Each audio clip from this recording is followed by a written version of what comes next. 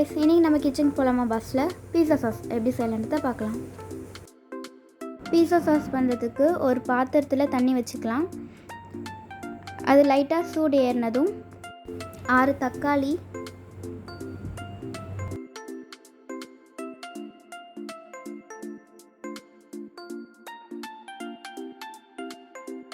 ஒரு medium size வெங்காயம்,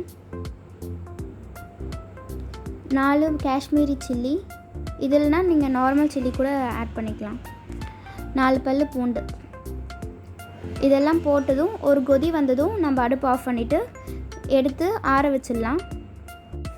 ஆறினதுக்கப்புறம் தக்காளியோட தோல் இந்த மாதிரி பீல் பண்ணி எடுத்துகிட்டு மிக்ஸி ஜாரில் மாற்றி அரைச்சி எடுத்துக்கலாம்.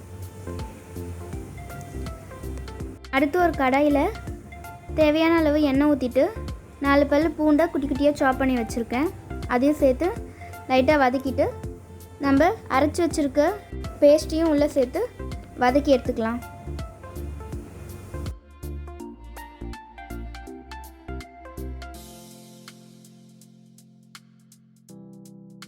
லைட்டாக கொதி வந்ததும் தேவையான அளவு உப்பு, 2 டேபிள் ஸ்பூன் கெச்சப்,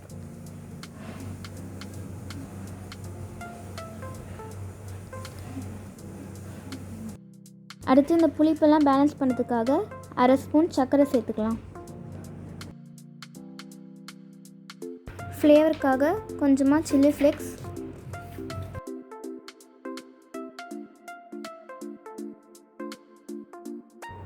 அடுத்து ஆரிகேனோ. பீஸா சாஸ் இப்போ ரெடி ஆகிடுச்சு. இது ஆறினதும் நம்ம ஒரு ஏர்டைட் கண்டெய்னரில் ஸ்டோர் பண்ணி வச்சுக்கலாம்.